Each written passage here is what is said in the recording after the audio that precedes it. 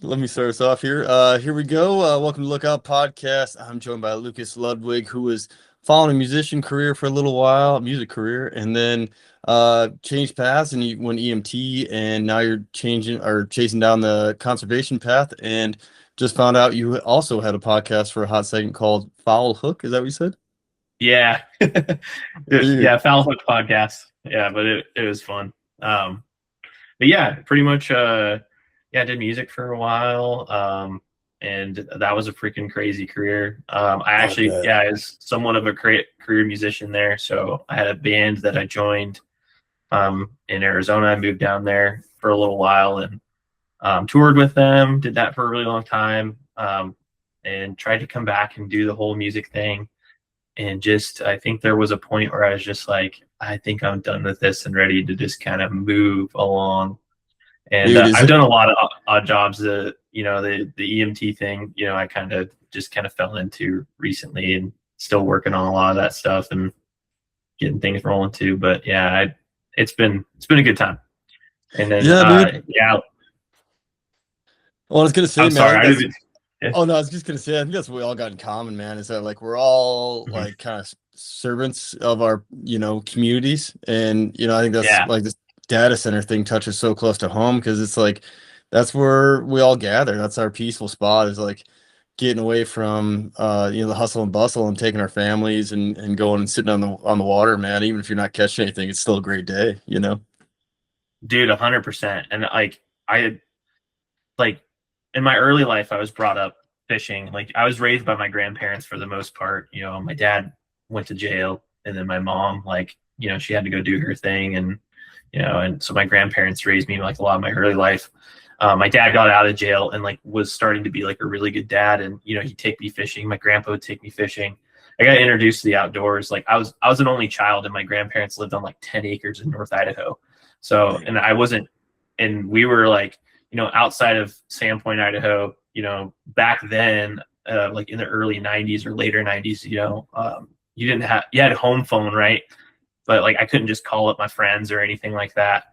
I had a neighbor friend that like I played with all the time, but for the most part, I was entertaining myself. So, and my grandparents were old and on a constant schedule, like, some old people back then and probably even now too, but like they had a schedule of like my grandpa wakes up 6 a.m., chops wood, and then my grandma cooked and cleaned, like, and I kind of just had to entertain myself. So, picked up fishing, through my grandpa. We'd go fishing all the time. We actually had like a little culvert creek, and I'd go down there. I remember when they first started letting me go down there by myself, and I just had to be home by a certain time, and it was like the ultimate freedom. I was just like, yes, I don't have to be supervised. I can go fish, do whatever I want. And yeah, and then my Yeah. dad got out of prison. He started being a good guy, and my dad was like a union carpenter, and so he worked all over the place. And the union can send you anywhere you want. And so my dad's, a lot of his jobs were in like Washington, Idaho, Montana. So like to tie in all that Clark Fork, Blackfoot stuff and data centers and whatnot, I've been fishing those rivers since I was like 11 years old. Like I'm Yeah. not a resident of Montana, but I am really, really intertwined with those rivers. And anyone that knows me well, and like all my best friends up here and stuff like that, I spent an ungodly amount of time on the Clark Fork River. I know that river very well. And so when I heard that they were popping up a data center in Bonner, Montana, I was like, that can't happen. What are we doing? Like, and Dude. I heard about, I started this our mountains not yours Instagram page because I was just tired of seeing things that were going on in the public land and wildlife space that I'm no expert, but I'm very nerdy about this stuff, and I purely just wanted to boost the signal.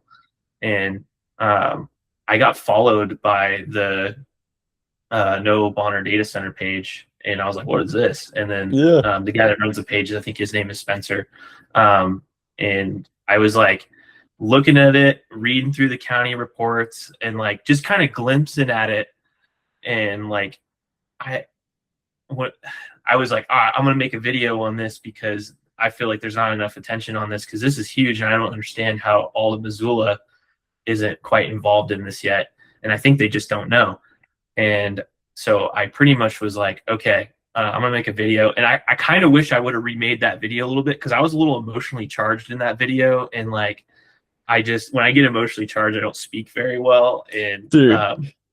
and I was like, I'm surprised it did as well as it did. I'm thankful it did as well as it did, even if I didn't get like all the information out there that I wanted to get. Because if I could remake that video, I would plug a little bit more information than I did, and but that's just what happens when you love these places and you're so emotionally charged about them, and Oh especially man. like and I had a lot of people that were like, well, it's not going to affect like the Blackfoot like that much, it's downstream of it and whatnot too, and it's like, well, I don't like they're pulling water from an aquifer that the biggest part of the Missoula Valley aquifer is actually I think right there between Bonner and Rock Creek.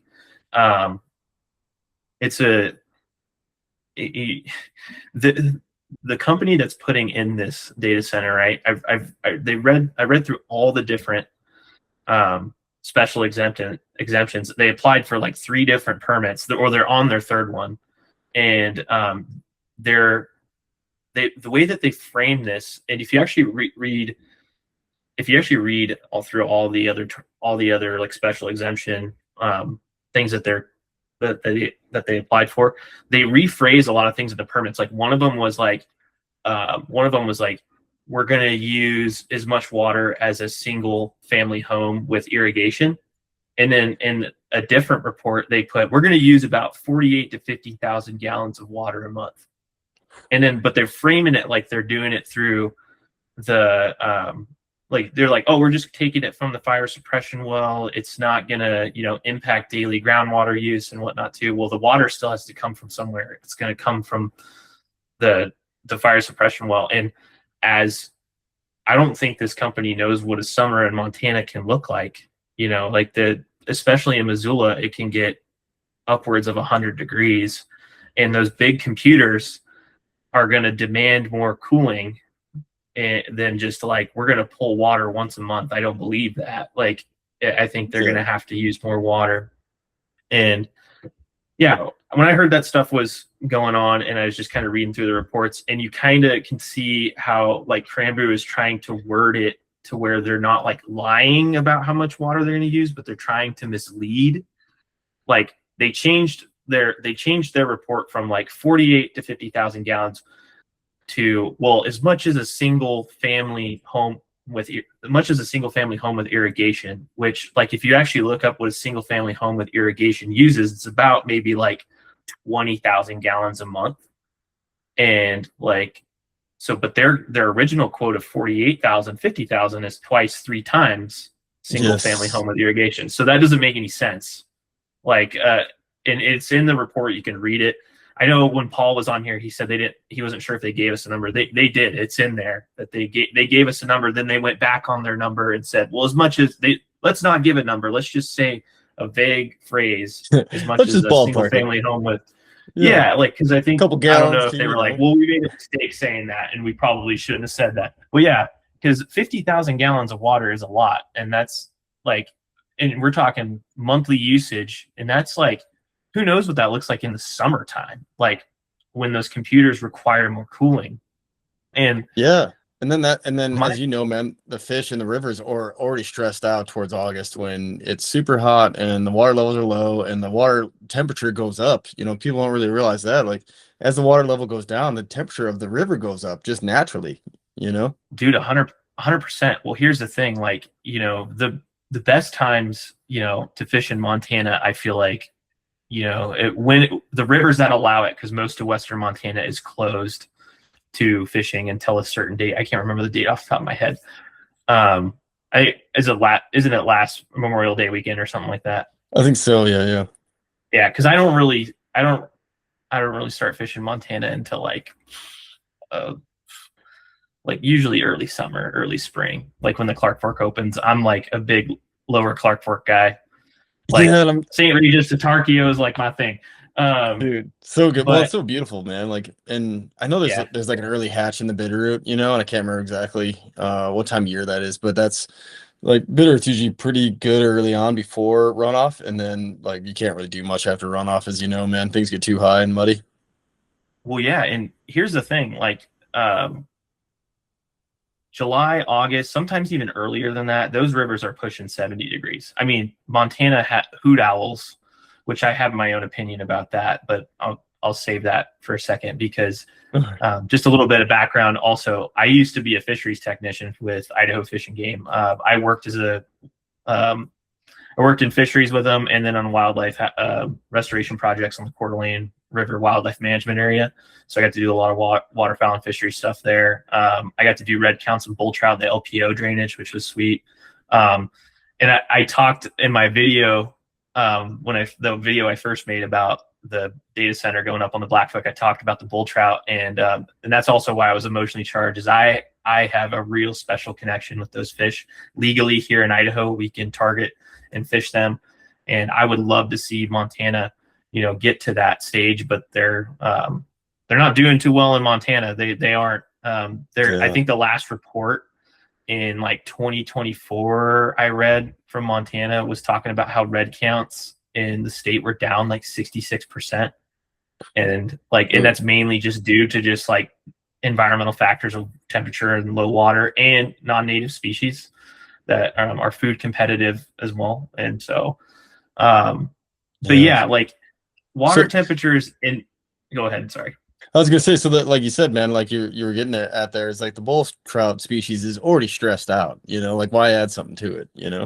Yeah, and they're ESA listed, like they're threatened, and I know a lot of people have their opinions about the ESA. I certainly do too, but like bull trout definitely in the western states need to stay on there. There are some populations that are thriving, and there are some that are just really struggling.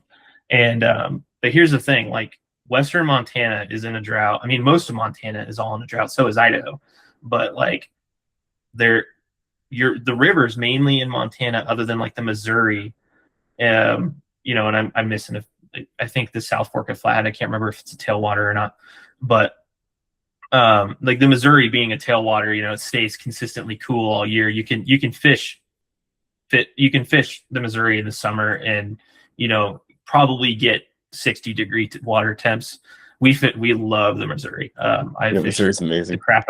That's my favorite Trouts Bay River. Me and my buddy go there. We do the Trouts Bay thing like in the winter to early spring, and it's so fun. But like you could fish the Missouri in the summer, and it has consistent cool temperatures because it is a correct tailwater. It is a bottom fed dam, not a top fed dam. The water that's pumping into that river is relatively cool, and our rivers here in just northern Idaho and western Montana, we share very similar styles of rivers, like very similar freestones that are temperature impaired. Like in the summertime, we'll just call it what it is. Like they physically can't. We aren't getting enough runoff in our winters. We've had some good snowpacks, like some years, like Montana saw, like your snowpack this year actually is not like terrible, but it's still low. It's low pretty much everywhere, but like, yeah, it's better than I thought. I think it's better than most people talk, because we didn't have to shovel too much this winter. But when you actually look at some of the maps and the high elevation, you can see the percentages. I think one area not too far from my house is in the 90s. So I was kind of impressed, surprised by that. Yeah, like that's insane. Like, so like in July and August, like the Blackfoot, the Clark Fork, even the Bitterroot, they rely on a very steady runoff. Like we need a steady flow, a steady burn, steady temperature, steady rain to make sure that river receives enough cold water from our snowpack, because then the last line of defense is aquifers. The aquifers that power the river, just barely, and the Missoula Valley aquifer is actually a very strong aquifer. It recharges fast.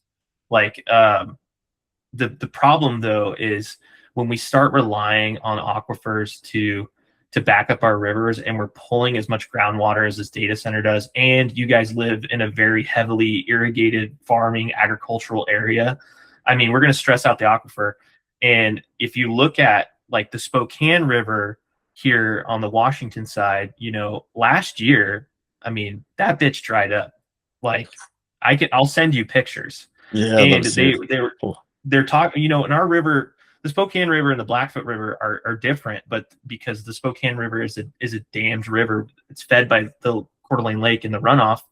But they have to hold a certain amount of water in the lake per year, and then all that's powering the Spokane River is the aquifer, really, in those dry summer months. And Yeah. they actually were talking about last year we had a real big overwater usage on the Spokane River, and the aquifer just simply quit. Like it just stopped working for a second, and then just like dried up. I'll send you pictures. It's pretty gnarly. And so when I think about like, we don't even have a data center like on the Spokane River or anything like that, but it's like we're heavy agriculture on that area. Like we run a lot of sprinklers. We've got farming in the area, like in Green Acres and Post Falls, that share that aquifer. And we just ran too much water. It was just too hot, didn't have enough runoff. Boom, the aquifer just quit. And that can happen. It doesn't matter how fast your aquifer can recharge. Like, they do weird things. Like you don't know how much groundwater is going to be affected. So you put a big fat data center, right at the confluence, right, of the Blackfoot and the Clark Fork.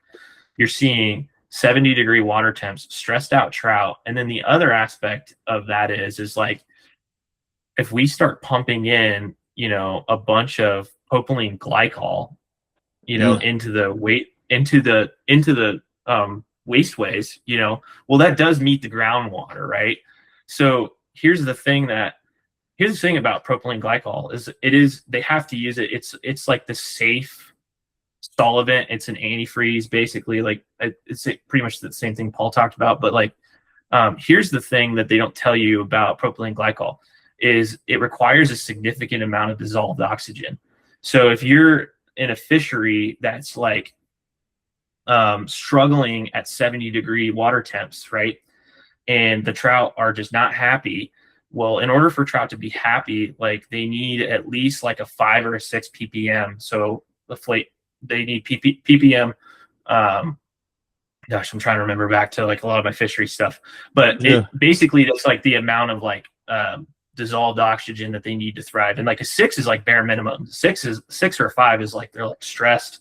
It affects feeding, it affects spawning, it affects growth rates. You can start seeing weird diseases like sapro and stuff. So if you are throwing propylene glycol into the wasteway, right, and the groundwater meets, and and let's say hypothetically that does seep into the river, right? So now we're already dumping in something that has high BOD. What's BOD mean? Hang on, I got this. Yeah, no worries. Biochemical oxygen demand. So like, it's the propylene glycol itself is not toxic, but what that bacteria is going to break down the glycol, and that bacteria is going to take all the dissolved oxygen. And the water is already 70 degrees. Warm water means less dissolved oxygen. Those fish, that's why, like, if you're fishing during the summer months, most of your fish that you're going to catch are going to be in like the head of the riffles, because it's just churning up a bunch of like dissolved oxygen. So like, now enter the glycol when the fishery is already struggling and you're just taking up all the oxygen. Well, like, you could potentially have like areas that just get killed, and everything needs that oxygen. The bugs need that oxygen, and you see like, people talk about nitrates in fisheries too. Like nitrates are kind of like a necessary like evil. Like, I shouldn't even say that. That's like, some of my colleagues might hate that I say that, because like nitrate, too much nitrates, right, means like too much algae bloom sometimes, and then like you could suffocate like an entire section of water. Like, if you look at like the upper Clark Fork, which I think right now is running at like 200 or 300 CFS, that's already struggling. So if glycol like gets in the river, it's not going to go to the upper Clark, because the Clark's going to go down towards like St. Regis. But like that specific area too, like that's the biggest part of the Clark Fork. It has more like volume of water, but I believe that there are just certain dead pockets that get past Missoula that have weird algae blooms. So imagine glycol meets an area with like high nitrates, and then you're just like, and you're a fish in that area that's like, where the frick is my oxygen? And like, those are the things I think about, and like, I'm getting real nerdy about it, but like, here's the thing, like they sell these companies, sell these closed loop systems, on data centers, like, oh, it's safe, we don't have to draw as much water, that Cranboo is going to use contains 40% glycol, 60% water. That's in one of their reports. So they're gonna use that, and really glycol can carry a bunch of other stuff. And yeah, what they're saying, that it's non-toxic and relatively safe, is true, but like it doesn't mean that if it was to enter the river, that the bacteria wouldn't bind to it and start using all the dissolved oxygen that the fish need. That's just the real point of it. And you actually propylene glycol is in like a lot of crazy stuff. I think it's in like we see it in a lot of stuff. I think it's in like some food and like prescription drugs and what is it? I think like the Health Administration or like the FDA classifies it as grass, which means generally generally relatively safe, or wait, generally recognized as safe. Yeah. Oh, something like that. So yeah. grass. So like, but it's like it's GRAS. But like I love that phrase because it's like generally recognized as safe. Okay, so the one time it's not safe. So sure, it's safe for us humans. So like if you're swimming in the river, like nobody wants to be swimming in glycol, but like maybe it's non-toxic to you, but hey, like a brown trout or a rainbow trout or a whitefish or anything that's like sitting in that river, a bull trout for that matter, like that already has no oxygen, is just going like, oh shit, like I can't breathe. Like, and then, dude, like it's a real thing. And like, these are all hypotheticals, right? Not trying to back the data center or anything like that, but I'm not a future teller. I can't say what's going to happen if it gets built or, but I do know the facts of what happens when a substance like that enters a river. If it's able to enter a river, it's deadly for the fish. Like, and the science is already there on that, right? So it's like, that's not hypothetical. That's if it does, then this happens, dude. And it's crazy because like I think even like glycol, like in concentrated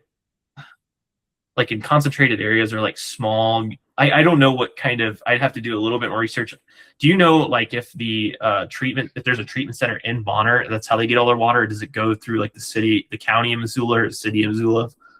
I don't know, but I won't be surprised because Bonner isn't really its own thing anymore. I mean, they probably have a post office and stuff, but I think they only have like an elementary school, and then even like the kids go to school in Missoula, I think. I could have that wrong, but I don't, you know what I'm saying? So it's kind of just like a suburb. So it's far enough away where I can see that in their own water, but I want to say I've talked to some, I'm trying to remember back to, I used to know this guy that like treats the water in Hayden. There's a Hayden water treatment plant, or it's part of our county water treatment, but I think they were running an issue with like there's 3 different types of glycol. Trying to remember the other 2. I know propylene glycol because it's like the most common one. Like even in like some of my fisheries stuff, like they talk about propylene glycol, like it but like I think it can overwhelm a water treatment facility. Like I think it can I think it can get in there and like it's like it can get treated, but I think they have a hard time with the oxygen balance, because our water treatment centers are also processing like dissolved oxygen as well. So I think when glycol's in the mix, like if we can't get enough oxygenated water too, like that's a problem for us. But I don't know. I'm not that's speculation. I was gonna say, don't mess with hydrology, but yeah, we could definitely do a little speculating. That's what this is about, man. Because like what we can do on this podcast, and what I think everyone should be doing is playing the what if scenarios, because that's what we're trying to do here, right? Like, what if this happens? What if this? And we need the Cranboo or whoever to be able to answer those questions. And if they don't have a good answer, then like, I feel, because I'm going to go to that meeting, and like I'm trying to like dumb down some of the fishery stuff, because like I know they're not doing their research and they haven't consulted they haven't consulted FWP or anything like that, or maybe they have, you know. And like the disappointing thing too, like in Montana, is like I reached out to Montana DNRC and FWP. I know DNRC like manages the groundwater. I was just curious because I'm trying to still, I want to gather more facts, not just what I think, just based off the simple science I know. But like, they don't want to comment. FWP doesn't want to comment. Like, and that's just like, they haven't told me that, but they just, you know, the FWP will respond to, you know, you can go on their website and email. They have like 60 pages of biologists you can email or Yeah. call, and I texted like 10 of them and just no response. And my speculation behind that too is like, I don't know, maybe they have people that are like, they're a government agency. When I worked for Idaho Fish and Game, you can't put your opinion out there. They do not want that. No. And I don't know if it has to do with like, because there's like board members or commissioners or like investors or anything that have their hands in AI that they don't want to like piss off. And that really sucks, because like the real people that could give like like some more details into the science on this is FWP, and at least for the fishery, and the groundwater impact is DNRC.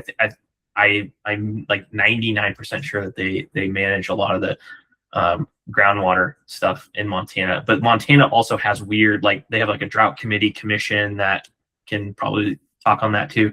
But the funny thing too is I just watched a video from FWP like last week that was like talking about like the drought status in Montana, and then meanwhile we're like putting up a data center in Bonner, and they're not going to talk about, the drought committee is not going to talk about that. Like, Yeah. so Well, it's just weird.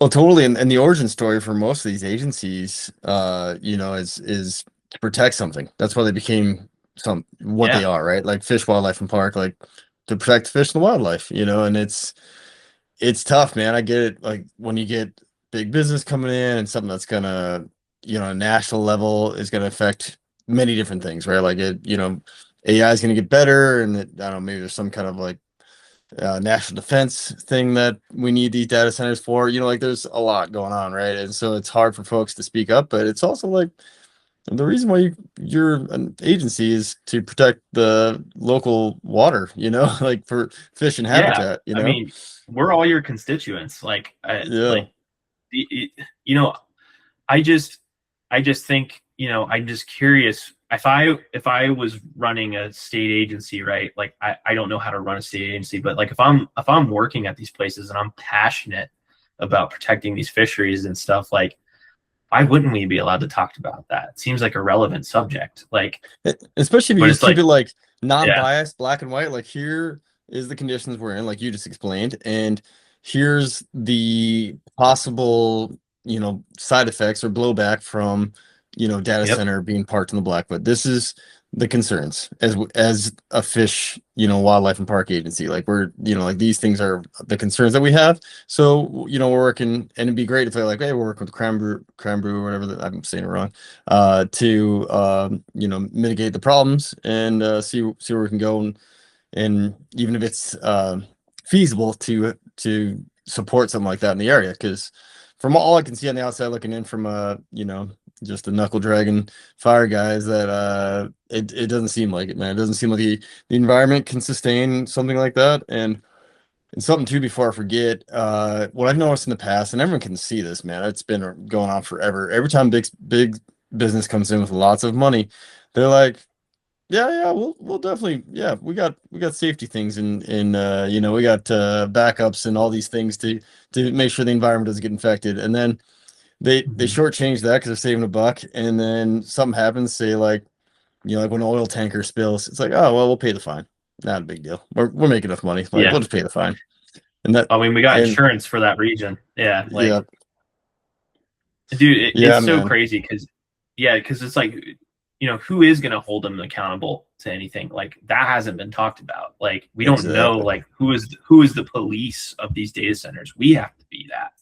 Like, and like I, it sucks because like, I have friends and stuff that work in tech and in an AI and that love wildlife too, and they're kind of like just at this like, crossroads of morality that is like, Yeah, I need to make a living, but I also love all this stuff. And and the future of AI is pretty crazy. And I think AI is already like, I don't know, I'm like, this shit's almost good enough. Like, That's where I'm I'm at. not, and then, yeah, and it's like, I I am indifferent about it because like I'm an artist, like a musician, like I didn't have AI when I was learning how to play guitar. I didn't have Yeah, AI when I was learning how to like write music and work a DAW and like mix and master and learn how to do all that stuff. Like, and now it's like you can get shit that just does all that for you. And it's like, it takes the talent out of everything. Like anyone can learn a skill in 15 minutes now with AI. That's totally. pretty powerful. And it's like, how much more powerful does it have to be? Like, are we going That's to where I'm just at, make man. this thing fully sentient and just like it's going to eventually manifest into something crazy? I don't know. But like, this is AI. AI is wild, and our country is just really in this race where they really want, it seems like Google, Meta, and like all that stuff, they really want them to be on top. And it's I don't know, like it's at the expense of people that love the outdoors, and frankly, like even if they don't love the outdoors, like it's at the expense of just these small tiny communities that, you bought this house 50 years ago and then suddenly this big massive data center just pops up 50 yards away from your house and you're listening to freaking humming and lawnmowers all the time. Oh And man. it is just, and like I just really feel bad for those people too, because it's like, that these big corporations, that like, we're not stupid, like they're targeting these places on purpose when there's fully like capable cities that maybe have the power grid to handle a small data center and the water, like That's what I was thinking. I Like don't know, Chicago. we have major, yeah, Great Lakes, like Yeah. we have major infrastructure too, on all of those like coastal cities, and then support that these data centers can get and can unsaline the water and use it from the ocean. Yet they're focused on tiny little towns like Bonner, Montana. Like, and then they stop at nothing to get tiny little towns like that, to buy into this big scheme that it's going to help them, when it's like, it's just a for profit system. And like, Yeah. I don't know. I'm not a resident of Bonner, Montana, so like my perspective is completely different than somebody that lives across the street or just in the same town as this data center. And like I really really feel for them, and like I'm learning more how to understand that piece too, because like it's not me, those are the people that are really really impacted. Like for me, like I'm coming at a position of like, I don't want my fisheries hurt. I don't I got a lot of guide friends that guide the Clark Fork and Blackfoot, and like their jobs are at stake. I really care for them. And like, you know it I'm not trying to be dramatic when I say their jobs are at stake, but they possibly could be. I mean, that I would love to, see us all coexist, but we can't coexist with a fat data center, and one person's gain and everyone else's loss. It doesn't 100%, work man. like that. Yeah. Yeah, and yeah, to add to that, man, I totally agree with you, Lucas. Like it's a different story. Like everyone, tries to compare it to other old technology coming through. Like I even had a fella write on Paul in my last podcast about this, Paul Barmore, and he was like, this reminds me of the 1872 Pennsylvania, I can't remember, petition against the railroad or something like that, or boycott of the railroad. And Yeah. so we'll see how it plays out. And he was very like, he wasn't like, trashing us for going against data centers, but and I get, where he's drawn a comparison. The problem is the railroad was also connecting communities and bringing goods and jobs and things of that nature. This is not bringing any jobs to Bonner. It's not. There's not a bunch of locals in there with that kind of AI skill or tech skill just No. waiting for a job in Bonner. It was a sawmill that now they're going to turn into a data center. Like that's a completely different type of human. Well, in our environment was different back then too. Like, Yeah. what was the Clark Fork and Blackfoot like in the 80s? Probably thriving because we didn't have as much, you know, shit in the air, like for Totally, lack of a man. better phrase. Yeah, Yeah, and and, it's and like, our we seem to get a little bit more. even keel seasons, because I mean they're floating logs down to the mill. I mean, there's still a bunch of logs on the Blackfoot as you've Yeah. seen. So like we had higher water levels, probably cooler temperatures. Like you said, the all the species in the river, not just trout, are doing a lot better. And also tagging something you said earlier about the Spokane River drying up. Like if that happens here, there's stoneflies and all these things that live, underwater in the rocks, the crawdads, all the different Mhm. species that, a lot of these folks aren't even thinking about. Yeah. Dude, well, that's what I'm saying. It's like when you start messing with the water, and it doesn't take much to really make those trout uncomfortable. Like there are some really resilient fisheries out there. You look at tailwaters and spring creeks, like they're actually like tailwaters and spring creeks are full of biomass. Like and they've got tons of cool aquatic life in them. Like you go look at like a tailwater like the Bighorn or like just like the Missouri even. It's got so much a variety of bugs for those fish to Yeah. feed on, and you go pick a fish up out of there and you're like, man, this thing is happy and healthy. And I I would say like the Clark Fork itself, like there it's a great river, and it's recovering in a lot of ways. Like I I think it's a slept on fishery. I'm not trying to like hotspot or anything like that, but I think more people should pay attention to it too, because like we're seeing, there is a lot of development on the Clark Fork, and especially like the Upper Clark is starting to have like its own issues, like with irrigation and like a lot of those ranchers dumping pesticides and like the warming ponds and whatnot too. I mean, like Silverbow Creek, Upper Clark Fork, and from like deer, they did a study on that. I'm trying to remember if I could cite a few things on that, but they found that like from like Deer Lodge up, like was just significantly less in trout population. And like if you look at that like river, just like by looking at it, it's got like pristine habitat, but there's so much farms and agricultural setups around it that are just like killing it. I don't know, like, and I'm not blaming like the farmers or anything, or like the agricultural people. They need the water, like it's part of Montana's economy. But it's just Yeah, like totally. I don't know. I don't know how much regulation or oversight a lot of that stuff has. I used to fish. There's a spot, from the Upper Clark, from like if you like look at Drummond and then like up to Deer Lodge, like that's some good water there. But then it's like Beautiful. lately that has been devoid of fish. There's a big ranch right there, and I was told by actually someone that lived in Bonner that they're trying to turn part of that ranch into like another Yellowstone Club type thing. I don't know if that's true. I don't know if you know what ranch I'm talking about, but like I'm pretty sure. I've heard some Some stuff rumblings. some rumblings, like, and that would kind of suck because we know what the last Yellowstone Club did to Gallatin. Like, Oh, dude. Yeah, me and Paul were just talking about yeah, that. Like, and they that's got kind of what I was caught getting at. dumping a bunch. Yeah, Yeah, totally dumping a bunch of stuff in the river, and that's kind of what I was getting at. It's like, well, we'll pay the fine. And they don't fix the problem. Yeah, we'll just pay the fine. no, And no, and it's like well, we've got so many. Here's the thing, and that's kind of like to wrap up my point on this data center is like we've got so many ways or so many improvements and stuff we could make to the Blackfoot, and the Blackfoot is just like purely under attack right now. Like I was sent some stuff about there's like a mining pit going in or something about that. oh. I'm still reading on that, trying to catch up on that. Yeah, But someone like, set up by Lincoln, I think, right? yeah, Chilean Mining Company, I think. Oh, just like Going the in. Boundary Waters. Isn't the Yeah, Boundary I Waters a think it's Chilean one too? okay. Yeah, I'm gonna fact check myself on that one because I can't remember if it was them. But there's another mine trying to go up there, like, and it's just like we're gonna put this data center on the Blackfoot, which is gonna affect that section of the Blackfoot and is going to affect the Clark Fork in a very negative way.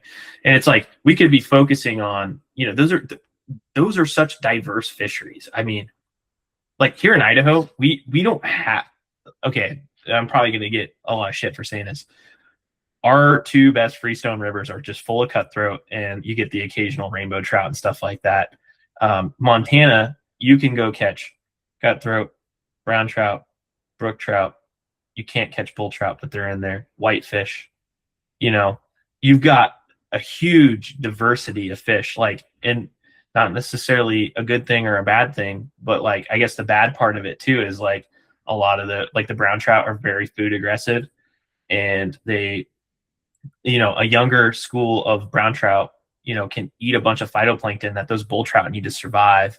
And brook trout, we have this issue here in Idaho, and I'm actually in the middle of trying to make a nice little video on this because people in Idaho, we got a good mix of people that like to eat fish, and then our fly fishing community is really like into catch and release, which is cool, but like catch and release really kind of hurts the fishery in a lot of ways, especially if it's a bull trout fishery and there are brook trout in the mix. They can hybridize, and that really kind of taints the genetics of those bull trout. And you see some of that in Montana too, I think on like the North Fork of the Blackfoot. Yeah.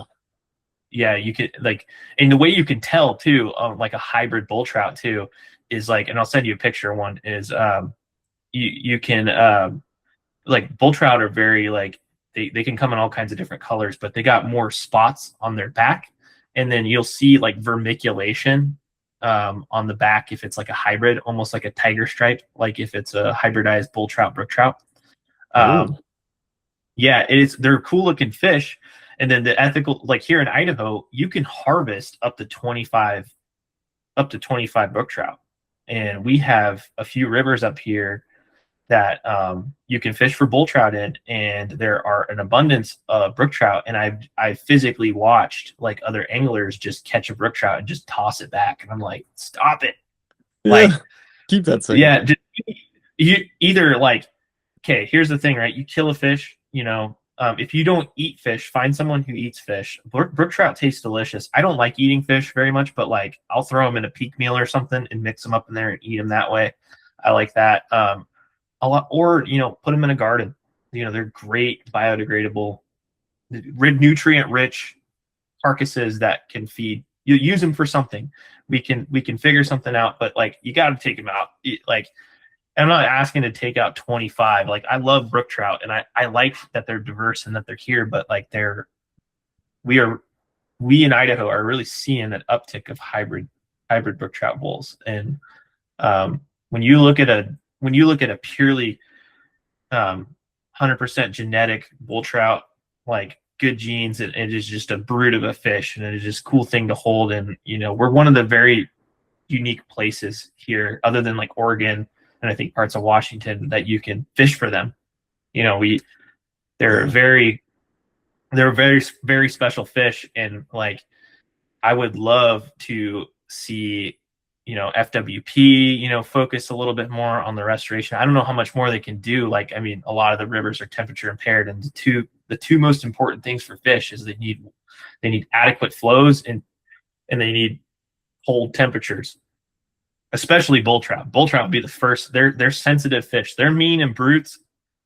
They're a mean fish. They're a brute, but they're kind of wusses. Like also, like they can't, like you get a brown trout in the mix or anything like that, or a brook trout in the mix. Those brook trout will outcompete them for food, and that'll kill that fish, or that fish will move on somewhere else, and they'll move to a sterile part of the river where there's no food, and then they can't grow long enough. They can't grow long enough. They can't get to sexual reproductive age, and then they just die.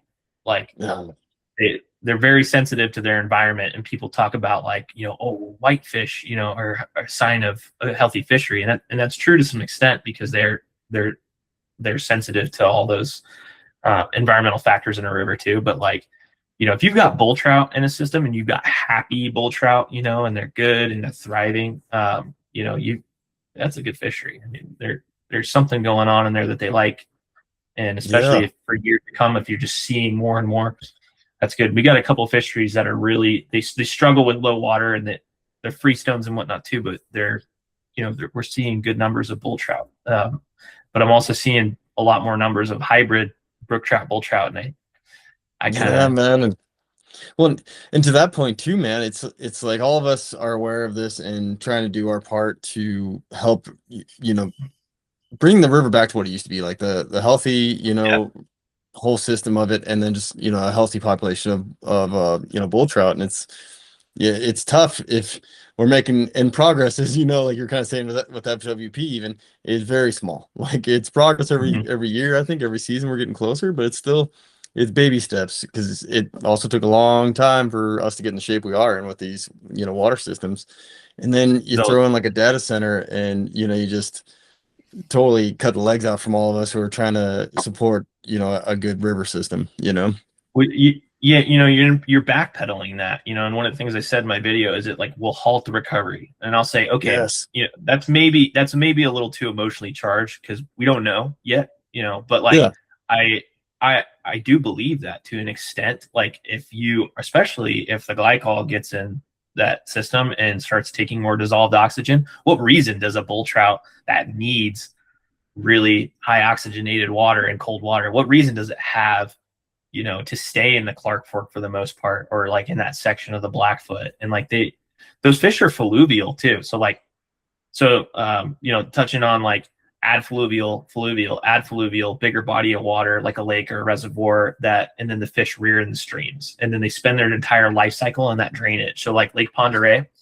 So like our bull trout are ad fluvial. So like um, you know, they, they spawn in the streams, they eat in the streams, they rear in the streams, and they go out to the lake, they get big as hell, and then they go back up those rivers to spawn. A fluvial fish only has that system to essentially rear in, eat in, get big in, and like that's it. They can't go anywhere else for cold water. Like unless there's like certain areas, you'll see fish too, like where the groundwater pumps in.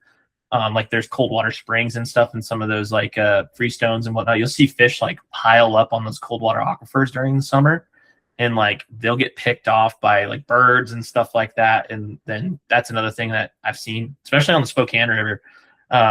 You see like a lot of cranes and stuff sit there, and they'll sit on the aquifer. And then, you get like a caddis hatch coming off too. And then like those cranes like know when the caddis hatch comes off, and they'll pick off all the rainbows and stuff in there.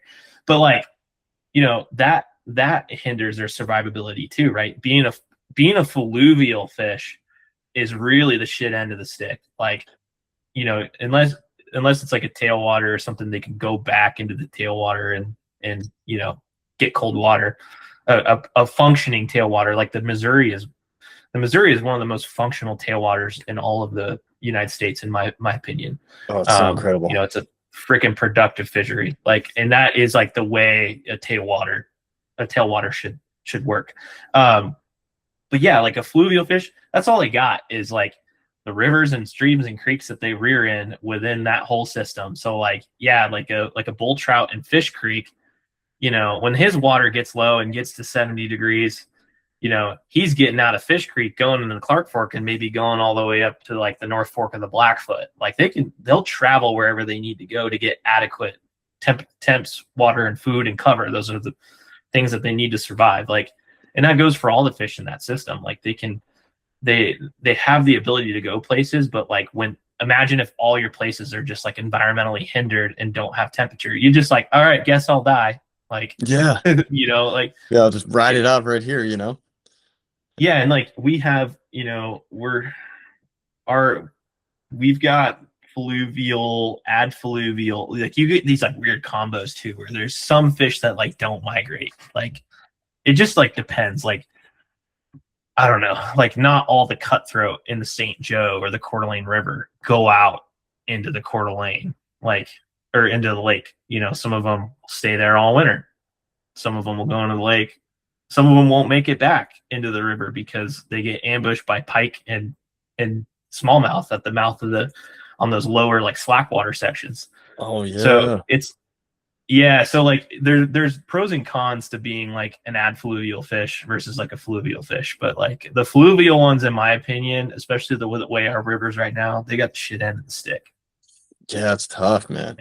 Yeah, and it's up to us to try to take care of them because there's nothing they can do, and if we're not, being advocates for them, they're just gonna go away, Dude, I don't know, like if those fish go away, like I don't know what I'll do, man. I don't know. Like it's crazy. Like I love those things so much. And like, I'm a husband, I'm a father, obviously, like I love my family to death, but like I will die for fish. Like I love these things to death. And that's why I just get so emotionally charged about big tech company comes in and sets up on one of the most iconic cold water fisheries in the whole United States. dude. And like they don't even know that. Like I bet if you ask the CEO, like, do you even know what lives in this river? He probably doesn't even know. He's I Yeah, mean, he even said that, oh, I just learned about this place 6 weeks ago. Like, yeah. It's like no connection to the outdoors. 'Cause if he did, he would know that river runs through it. That I kept hammering on in my last episode is there. That's like, I mean, they didn't film it there, but that's what it's supposed to be. Is the and Blackfoot it's River? about that river. Yeah, Yep. and it's like and it may not be the Madison or the Gallatin or Yellowstone National Park or but the Blackfoot is so special. Like it is, and the Clark Fork is special. And I wish, I'm not trying to hotspot the Clark Fork and say everyone go fish the Clark Fork, but I do want more people to advocate for that river. Like I feel like I've even talked to some of the local Montanans that are just like, Clark Fork, and I'm just like, you don't even realize like how special that Yeah. fishery could be. Oh, it's full of sludge, and I was like, yeah, it's got high nitrates because like like we dump shit in it and pesticides and all the ranchers and stuff, aren't regulated out there. And like, Yeah, well, and there was I a don't know, super fun site just outside of Missoula there for a minute, so it's like we just recovered from that too, you know? dude. Yeah. And it's like that fishery is so freaking cool. And it just does not deserve to have, I don't care if its spin is non-toxic. I know it's not really toxic to us, but I do not want propylene glycol dumping into that fishery, especially, and I will like, dude, if FWP isn't going to do it, I will take my dissolved oxygen meter out there and I will sit in front of that data center and measure it, and or I'll figure out where the waterways dump back into the Clark Fork, because I don't know if they come out right there, but eventually, right, they got to go into somewhere. Yeah. So I'm Well, just, and I think that's what people don't realize. Like, no matter what kind of cleaning septic style system they have for filtering, it, like you said, it doesn't just sit there. It's, we've learned in the past with like old cesspools and stuff, it never stays put, like, I mean, it doesn't yep, sound like they're trying to put a liner in there. They're trying to filter it like you would your septic system and, at your house or something. So eventually it's going to get into the groundwater at some point, like you said. yeah, like I just don't think there's any way, and I'm not trying. I'm really trying not to look at this like from a biased position. Like, I don't like AI, and I know that statement alone is just bias. Like, I think I don't like AI because of my background as a musician, and I put the work in to be a good musician. And now there's people that can just like upload a song to Spotify that's full AI. I hate that. But like, sure, I want to see, I want to see our country move forward. I'm very American. I love America. Like I love our country to death. And I think that's another reason why like I'm just so passionate about, trying to make sure we don't screw up the things that our founding fathers left us, like these rivers and our public lands. And it's like, this is like, I think Randy Newberg said it, this is our greatest gift. And it's like, there couldn't be a truer, more statement right there. And Yeah, like, 100%, dude. And well, like you said earlier with the AI, and I know it's got to probably be something with like, defense, in our defense systems, but it's like, yeah, these AI, music generation things, you could just do like write a song about like we could do a song about this, it's like write a song about saving Blackfoot mhm, River, and that's really all I got to put in. And you put like style country song or whatever, and it'll spit out something that's decent.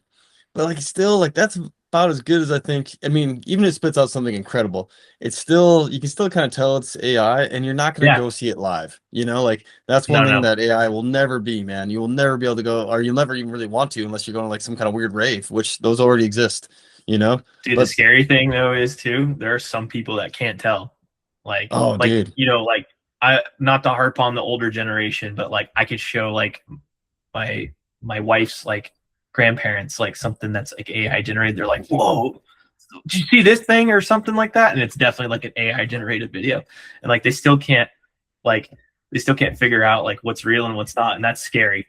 oh, it's scary, man. Yeah, well, and that's something I learned recently. They were saying it's been around longer than what we think, and I can't remember if it's like Sean Ryan's show or Tucker Carlson or one of those kind of whistleblower type podcasts, and Yeah. they're like, man, it's hard to say what's real anymore because it could have been around forever, and like we're kind of getting more the low end AI that all the folks in the social media or influencer scene are kind of using. It's like, man, that sucks. But I think we still need interaction though, and COVID was a a good Hmm. test subject for that because people were just dying to like come hang out with each other, and get some interaction, so that's where AI won't be able to replicate that, and it won't be able to go fish a river for you. Like you No, get your feet in that river, man, and get a line wet. I mean, there's nothing like that on the earth, man, on the planet.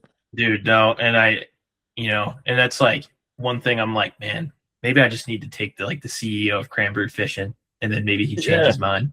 I But know, it's dude. like, yeah, I I want to be like, I'm in a spot where like I'm trying to, get spiritually right and stuff like that. I've always not been like a Christian or anything like that, and I'm trying to find God. And so I'm reading the Bible right now, trying to figure out like, Good. what would Jesus do? Jesus would take this guy fishing maybe. Like, Yeah, no, totally, man. what's funny too is like Cranbrew is they're from Coeur d'Alene, and that's where Oh, I no live. way. No Dude, way. their office is like 2 minutes from my work, and Oh, it's no like way. I'm like, man, I should just go talk to this guy. But then I'm also like, well, what am I gonna say that would change his mind? They put in 3 different applications to get this thing going. They're hell bent on getting it going, and I fear they're gonna get it going one way or another. I'm not trying to be negative Yes. Millie, but like you just see the Box Elder County in Utah. Like they're just nobody wanted it, but they pushed it through. And you can even tell like the commissioners were like, kind of gaslighting some of the people in Utah. And we're so disappointed in our people here and whatnot too. Like and now and people are so mad at me because I voted for this that I have to have security and police outside my house. And it's like oh, that does suck. I get it, but like at the same time, like I mean, where's your house at? Your Yeah. house isn't going to be near the data center. You're not going to be affected. And I don't understand our politics enough to figure out like what back doors are being made, and like how is it not that we don't put the people first anymore. It just sucks. Yeah, And man. Dude, I've said it a and few it times on this podcast, man. Yeah, I mean, that's what our politics is supposed to be, like for the people, by the people, and it's not that anymore, man. It's for the money and by the money, and it's really, really unfortunate because, like you said, even in Bonner, man, such a small community, and these cool little homes that people have fixed up that were there forever since the sawmill Yeah, and the logging days were gone, and these cool tiny towns, and our tiny little buildings that they fixed up, or little houses, and like you said, can you imagine? Especially if you lived there for 50 years, you're retired, you're just like enjoying some live music every once in a while from the kettle house. But then you got this big building looming, and you're like, especially if you're uninformed and you don't have the internet and don't want it, and you're like, why? What is this thing? Why is it here? Like, and yeah. just waiting for the dam to break. Literally, you're like, how's this thing's What gonna like ruin everything? Yeah, like what does this serve me in my tiny little community? Like, can I go in this place and like buy a cheeseburger? No, it's a big server room full of computers just constantly churning freaking data to keep AI fed. Like it's just Yeah, and I like talked to one of my I friends. just like It's like I was talking to my buddies. He's like, technology is advancing so fast. What's that gonna look like in 3 years? Like, I mean, we're kind of talking me and Paul about things expanding, which it might, but also might not. I mean, like if things keep advancing like they are, I mean, like a phone used to be huge, like in a bag, and now a phone is tiny. It's like so. dude, They just like uproot that place and just leave it like Smurfit did with those cesspools that are full of toxins that are just sitting out there. West of yeah, and Missoula. that was a point one of my friends brought up too. He's like, it's crazy with all these data centers popping up everywhere. Like what happens to the ones that go tits up? Like Yeah. what do they do with that place at that point? Like who buys it? Like does anyone buy it? Or like I don't know. Like it's Yeah, like you got a mini Superfund site in itself.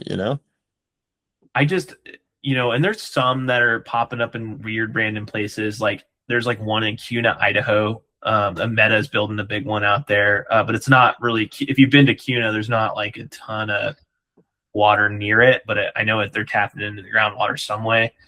Um, I don't know. Like it's Dude. weird, right? Like I feel like maybe they're catching on to like some of we're putting these up in the rural communities and people don't like it, and our plan isn't working because the people are smarter than we thought.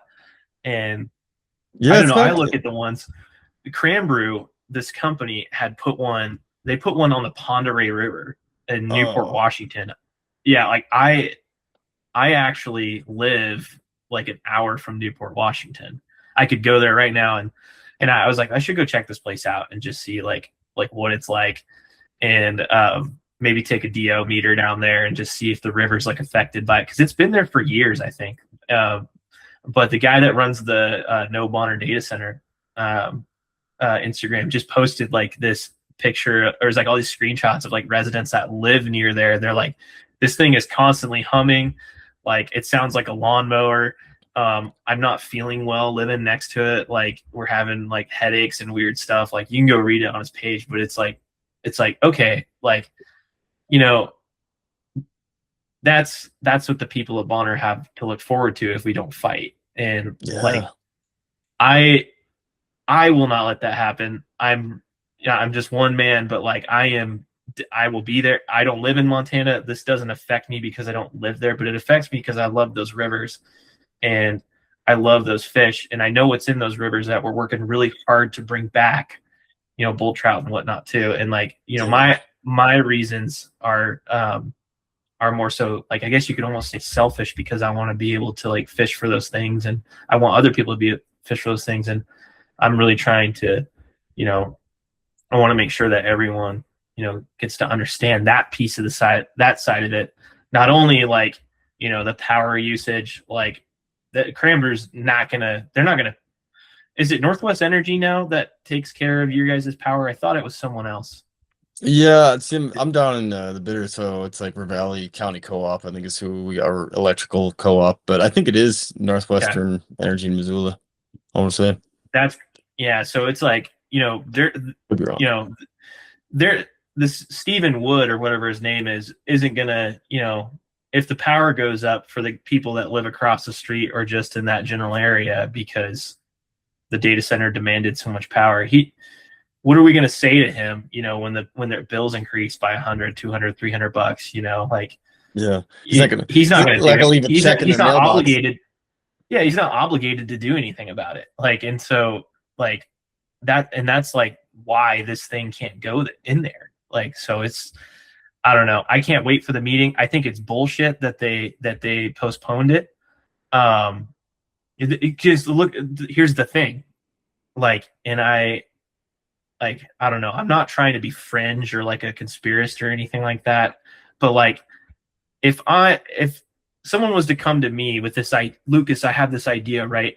And I'm like, okay, write it out and present it to me. And then like, I tell them 3 different times or 2 different times before a third time that they need to bring me some more supplemental information.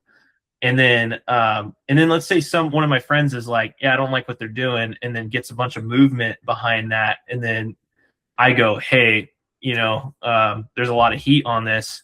And then Cranbrew suddenly conveniently goes, well, we're not going to be ready for July 1st. So why don't we just postpone it indefinitely? Why do you need to postpone it? Like, you submitted 3 different reports that we can all read through. We have all the facts. Like, so why does this have to wait? Oh, conveniently it's gaining momentum and we don't know how we're going to, you know, combat these people who are against it, or what we're going to say to them, or what crafty thing we're going to come up to try and, you know, make it seem like we're not going to do any harm to the area. So we need more time to kind of figure that out. Or is it just we have the report ready and we're just going to wait until the momentum dies down, people are distracted, nobody cares, and then we're going to come in and do a meeting when there's less heat behind this? That's bullshit. Yeah. And I think the county should have held them accountable to that date. And like, I either think like, I don't know, like, hey, you submitted this many permits or this many special exemption applications. You know, you either have to do this thing on July 1st, or we'll just go ahead and, you know, you don't have enough information for us. Try again next year, which hopefully they don't, but like, just make it done at that point. Yeah, totally. Yeah. Yeah. I just revisit this down the road because, you know, like things aren't lining up. And yeah, man, there's one more thing I was thinking about that you were saying that I want to tag on there as well. But you've had some great videos, man. Like like you said, the initial one, I think the emotion was just right that you had in there. And then even another one that you had when you were talking about this is kind of on a different page. So hopefully my brain kicks back to what I was going to talk to you about with the data center. I guess one more thing is before we move on. I remembered it now. So it's also not like this is their first swing at a data center, right? Because you said there's one just down the road from you. So they Yeah, already know everything there probably is to know about this thing. So it's, like them holding up and dragging their feet on it. Like you said, just seems dude, more like a exactly. tactical pause than anything else. Yeah, it makes sense, right? Like that, Mm-hmm. and if why haven't they come out, and said anything too? I welcome the idea of debate. Like if there's anything that I said that isn't a fact or is too much speculation, they could openly say something, like I feel Yeah. like it's a strategy though that if they feel like they fight back on it, like they won't get as much public support because if you actually look, at most of how like they'll have like these third party tech guys come pitch like pro data center stuff. I think Paul sat through one. There was one here in Coeur d'Alene too, where they were talking about where this guy, he's like a free agent. I know about tech. I know about data centers, and his job is just to like get people's brains thinking AI and that it's not bad and that all the technology is safe. And these people aren't like associated with the company, like they know them, but they'll come in and like their job is just to pitch this to you and get your brain thinking correctly. And then the company comes in, and if your brain's thinking correctly on how AI works, you're going to allow this data center to go in. Well, it's all a charade. It's all just a Mm-hmm. big freaking circus. And it's like, I forgot where I was going. But like, That's hard. It's I getting don't late know. in the evening, man.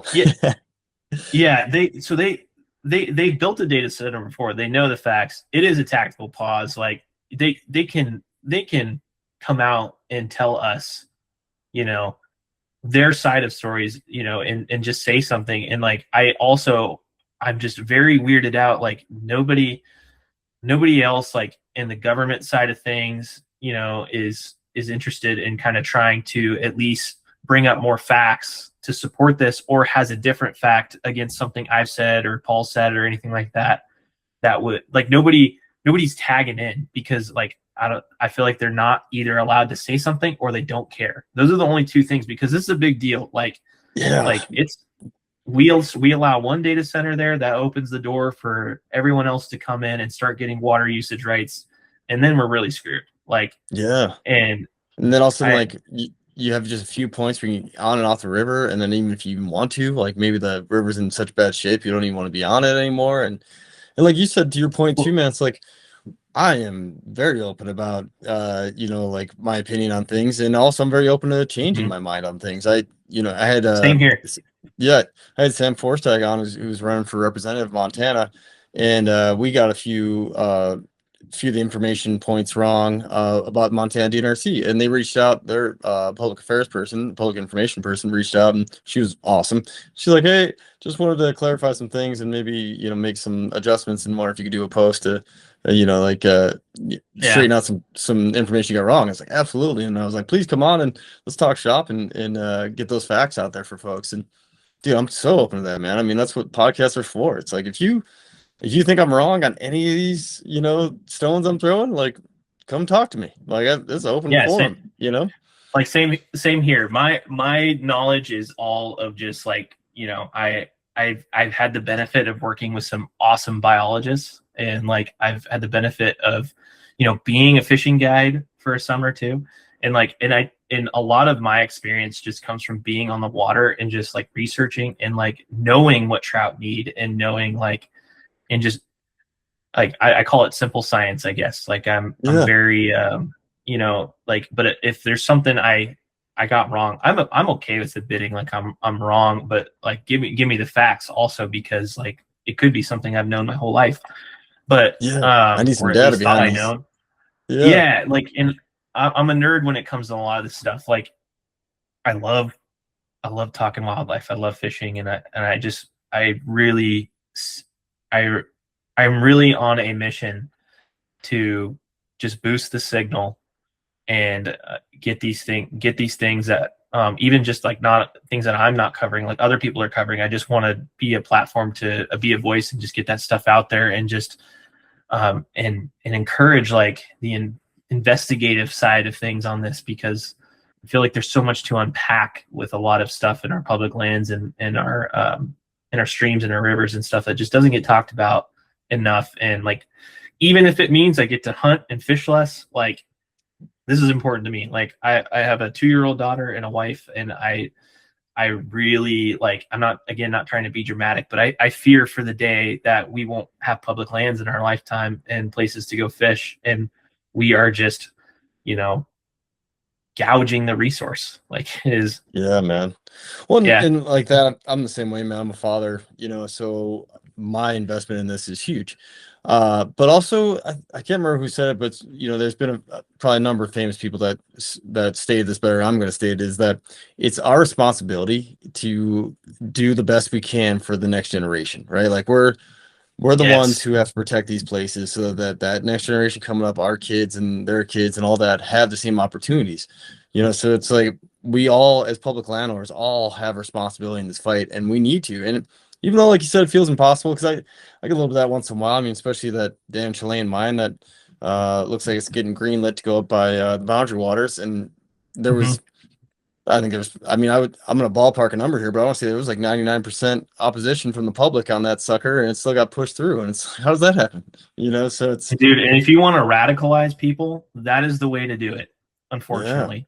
Like, and I'm just saying that as a general statement. Like, if you are a politician and you say that you're listening to your constituents, and then you vote in favor of a mine, and then try to like get this whole dialogue out there of why you're in support of it, and then like you gaslight the people that opposed you on it, saying that like you don't know enough, blah blah blah, you guys don't know what's going on. Like I I can't believe some of the people that let that push through, and it's such a short-sighted like thing that they want to do. And it's like there's all these things that are really short-sighted, and I truly ask myself, like, we have to be smarter than this, right? Like, like selling off public lands, they want to cash in on assets to help put towards our debt, or it's in the name of energy efficiency. We can use some of these lands to, have more efficient energy. Like, yeah, our nation does need more efficient energy, but it's just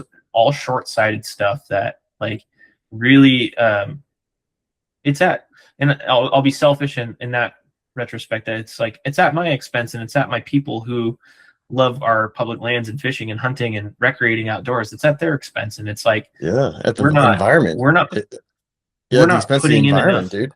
dude. Yeah. Yeah, and we're not putting in enough. Like, I don't think I can say that, but like I was gonna say, I don't think we're putting enough thought into like energy development. I don't know. We maybe we are, but like Yeah. I don't know. I started. You were going to ask me about something else, right? Before I get onto this tangent. Yeah, well, no, I was just gonna kind of Yeah. talk about so in some of your other videos I thought were really great. I just wanted to kind Yeah. of give you a shout out and just appreciate the work you're doing, man, because like you said, it's important. And your videos are really great because you break it down in a very digestible manner. And one of the videos in particular that really struck me was when you're talking about giving federal public lands to the state to manage, and then Yeah. the landowner next to the public land that was federal is now state land. That landowner that surrounds that piece can now gate it if it's state. When it was federal, they can't gate it. And I thought that was a great explanation of like why we shouldn't transfer federal public lands to state public lands. Yeah. Even your people that manage your state lands that like work at like the worker bee level, like they don't even want that for you. Like, cause No. they recreate on those lands too. And like the people that work for Idaho Department of Lands, they're really awesome people. I had a very long conversation with one of their land managers. Like I talked to the guy for like almost over an hour. Like, and I am so thankful that like he's a government employee and he shared so much inside information with me that I don't know if I should have said, but like I feel like if we're sharing things that the public should know, like why am I the only person privileged to know that information? I shouldn't gatekeep it. This needs Yeah. to get out there. If he's saying it too, like Yeah. so like yes, yeah. So when obviously like BLM director change, Steve Pierce, if you like Steve Pierce in short, not super up on his political career, but like if you remember the Senator Mike Lee guy that was trying to like sell off public lands and stuff like that, Pierce is very in favor. I think he's on record like saying that he doesn't believe public land should be public and that people should stop saying that. I think that's actually like a quoted thing. I'm butchering how it's actually quoted, but like he Yeah. actually said that. And it's like there was so much opposition on having this guy come in too, right? Like, and it's more of like an appointed director versus like a voted director. I guess we can't vote people into BLM, which, like, if our tax dollars are paying for that, we should be allowed to pick who runs it. But we don't get that. Congress gets to interview them in a crazy 48-person panel, and it's like, you know, it's a drilling sesh, and he was drilled over and over about like selling public lands and stuff, and he just kept skirting the question and was like, I don't even have the authority to do that. I don't even, you know. And it's like, well, maybe you don't, but you can kind of set the stage for it, and you're a big supporter of it. Are you the right person for that seat? And Yeah, not at all. so I think one of our folks in, one of our politicians, I don't know if it's congressman or representative or senator, or what the committee was that was drilling him, but one of them was like point blank him on that, and he was kind of skirting it, and then he's like, well, and his answer was not great, whatever it was. It wasn't, I'm not going to sell public lands, and that was the answer I was looking for. Yeah, it's just like smokescreen questions that just make zero sense. Like, it's very like, dude, it is just so stupid. Like, they're setting things up, right? You know, dismantling the Forest Service, which really affects you in your career. Like, and it's like dismantling that and then like moving the office to DC, like, or not DC, moving the office to Utah. Well, guess who's in Utah? Like, who are we going to see as maybe the future of the Department of the Interior, the Department of, or who's going to run the Forest Service? Oh, maybe Mike Lee. You know, maybe the guy that has like the biggest interest in trying to take all this shit away from us. So here's the thing. Like, when he got appointed, I saw a lot of comments that were like, you know, this is why we just need to let the states manage the land. You know, things get too convoluted with the feds, and, you know, we just let, you know, like, I know Alaska is going through something right now where they just got a federal land transferred into the state land, and there were some people like in support of that, and I think I was reading some stuff on that. It's kind of where I got this too, and I was like, that made me think of, well, here in Idaho we have something called endowment lands. Like, they're assets for the state of Idaho that they can sell at any point. They allow public recreation such as camping, hunting, fishing, and all that stuff, but they could sell that at any point, and they sell that to pay for schools, hospitals, or anything that needs like a particular budget. And they've got these lumber companies in their pockets that will just buy that land up right away. Like, it's like, you know, and to be honest too, I'm going to sound kind of like a hypocritical here, but I'm thankful for some of our lumber companies because they do allow us to hunt on some of their land. Like, I can drive onto a Stimson property and go hunt there and not be bothered. They can also kick me off the land at any point. I could be there in my favorite mule deer hunting spot, and you know, and a guy that works security for Stimson can say, you gotta leave, bro. And like, and it's private land. I gotta do it. But I'm thankful I can go access those places. And so here's the thing. So those endowment lands, if you, let's say hypothetically, you know, BLM Forest Service land gets transferred over to the state. Well, okay, cool. Federal lands and BLM lands fall under a law that if there's private land that intersects with the public land there, they have to maintain a public easement into that land. It's the law. Like, you can't block anyone from entering Forest Service land if your property's right there. Like, the easement has to go. You have to have maintained public easement. And that doesn't mean that that you're not the one that takes care of the easement. You know, the Forest Service, you know, goes in there and redoes the road or anything like that. The road just happens to run through your property, and that's just the how the dominoes fall for the land that you bought. Now, let's say that Forest Service land goes and turns into state land. Well, here in Idaho, there's no law that says that they have to maintain a public easement. The only thing, the law that for us citizens that want to recreate on the public land there, is we can only access that state land through a public easement, like a road or a trail or something like that. It can't be through public land. So you get like people that buy these like 2-acre parcels or whatever acreage parcel, like that has access to like 700,000 acres, knowing what the endowment says. and they go, well, cool, that property's up for sale. Stimson is done logging it because the state of Idaho sold it to Stimson or whatever logging company. Stimson's listing it, or whatever logging company is listing it. I'm going to go in there, make them an offer, buy it, boom. I don't even have to like develop it or build on it or anything. It's just my land, and I can have my own private hunting access into that land now, into the Idaho endowment lands.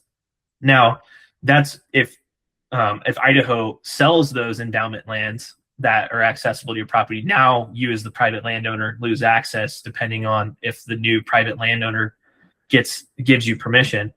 But like, it's just crazy, right? Because I made that video because I don't think enough people understand that the states will sell your public land faster than the BLM will. If Totally. They have to. They're not here in Idaho, they're not taxpayer funded. Like, we don't, like, none of our tax dollars go into like the endowment lands. They're lands that were already, like, through in Idaho's bank of assets, and they and sometimes some of them are lands that either like the Forest Service or BLM sold off years ago.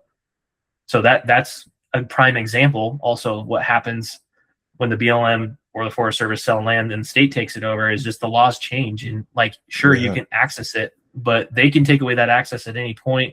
A private landowner can go in there and just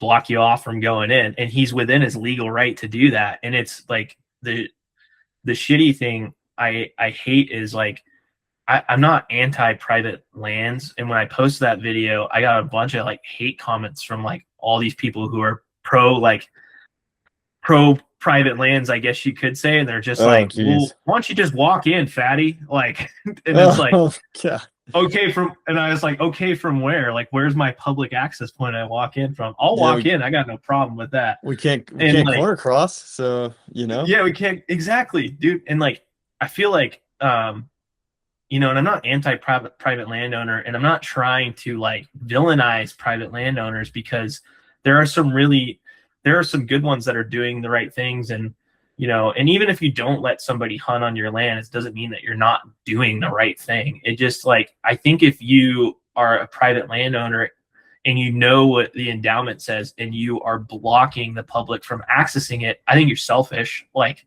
I think you're playing a loophole. You're playing a loophole that isn't fair, when everyone else should be able to go recreate on those lands. And I just in the eyes of the law, though, it's legal. Like, they can do that. And one of the department manager ladies I was talking to from Idaho Department of Land said that they were going to try and make some changes. She was very vague about it, because like, she said that they were seeing like an uptick of people just like picking out parcels. Like, they go see a parcel on Zillow, and then they're like, oh, that's behind some good state land. If I buy that, I can block it off. And like, they're just seeing a lot of that. And like, it's bad. Oh, it is, man. And I've even heard on the private side of things in Texas, someone was telling me that if some folks were trying to get some land, and like, you were the prime chunk that was separating some of their parcels, they just block you out. And then what do? You can't even access your own land now. And dude, yeah. And like, oh man, there's a lot of weird laws that make it legal for them to do that. It's crazy. Like, and these laws, they haven't been like revamped in like a very long time. I don't have a specific number, but it's like, those people that probably made those laws are dead. Like, so, and they probably didn't see this coming, No, yeah, they didn't. They thought, they probably didn't think that we were trying to touch federal lands and BLM lands, and like, that's one of the things I love living about in Idaho, and is like 70% of our state is all public land. And I can't imagine, like, we transfer it to the state of Idaho, and then I know what the laws are in Idaho, and I'm like, man, I have my hunting and fishing and camping abilities now are questionable. Like, sure, I can go out there, but am I on a logging easement only access, or can I hunt and fish this, versus I can just roll out to BLM at any point and essentially do whatever the hell I want. Like, and that's like the beauty of it too. And that's why I really roll into, they're our greatest gift, and we have to protect them at all costs. And I started the Our Mountains Not Yours page and with the slogan of defend the wild from the wealthy, because I truly feel like, I'm not trying to be anti-rich person or anything like that, but I truly feel like there are a number of people that just really don't want the commoner person to have access to their playground. They want to privatize everything. And you see that a lot in Montana. Yeah. Like, it's Yeah, the just, crazies, I think, it's, were getting threatened that way, the crazy mountain range over there by like Livingston area. And there's a cool yeah. documentary. I can't remember, it was like Matthews, I want to say, did it. Did you ever see that one where the guy flies in to get an elk? No, Because I there's haven't an watched that island. one yet. Yeah, Wasn't there one that just came out? He flew in on like a Blackhawk or something, no, or it was like maybe. a I didn't see crispy that one. sponsor. Yeah, this dude's got like one of those big parasail kind of things with a little motor. Oh, Dude, shoot. that's a creative way to get into some land. I see it. One Yeah. thing I thought too, because you don't need like a pilot's license for it, is you can build one of those like sport craft or like one of those like sport planes. I forget what they're called. You don't need a pilot's license for it. Not that it's like, all right, I'm gonna do that. But like, I'm like, man, that's another good way to access some public land, because you could buy one of those things for like $1,500, and like, Yeah. sure, it's really unsafe and experimental, but like, if I'm trying to get some of those corners in Wyoming or Montana, like, Dude, 100%, man. Like when I was yeah, watching that documentary, I was like, dude, I was getting the ideas, and all I could see was like my obituary. It's like, dude, oh this is how yeah, I die.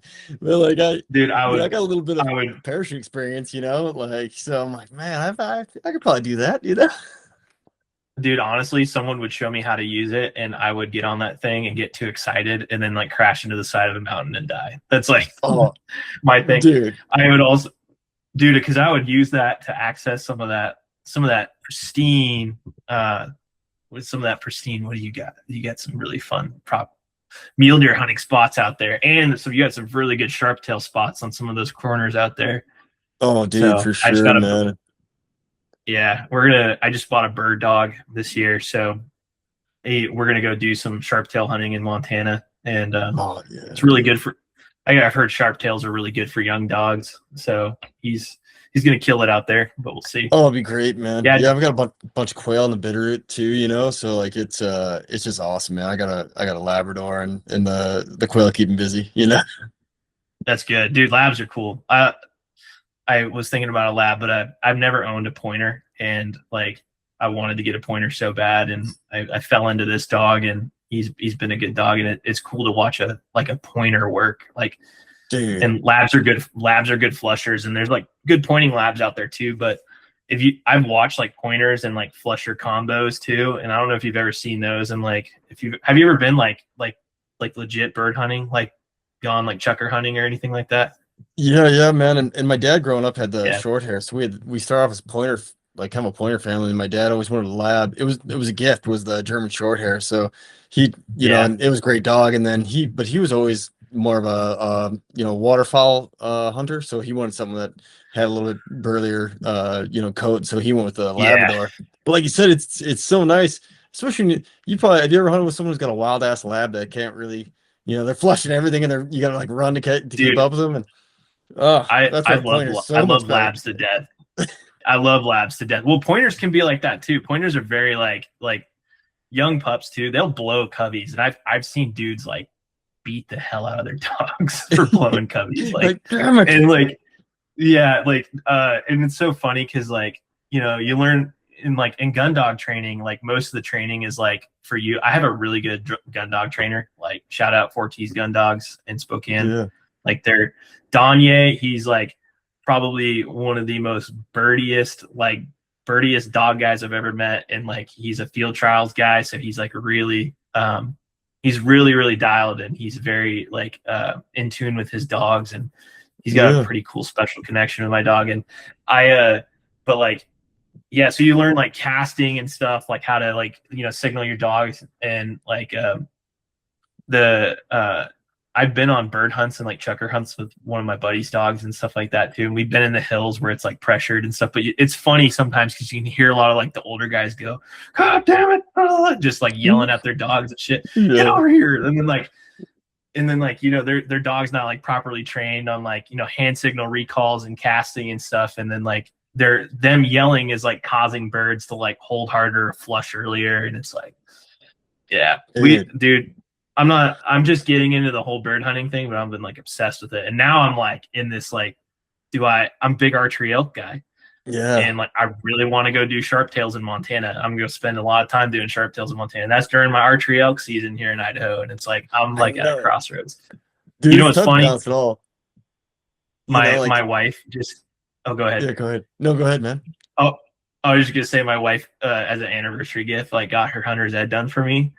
And like, Yeah. I don't think she expected she had to use it or anything like that. Cause I'm just like scheming. I'm like, oh yeah, I know what tags we're going to put you in for. And Yeah, then like, dude. I'm like, and I'm looking at Unit 18 in Idaho, which is like Hell's Canyon. It's like the shittiest hellhole thing ever. And there's a cow tag in there that is like my buddy takes his wife to go do, and they smoke one every year because like it's like that perfect time where they're dropping into some of their winter ranges.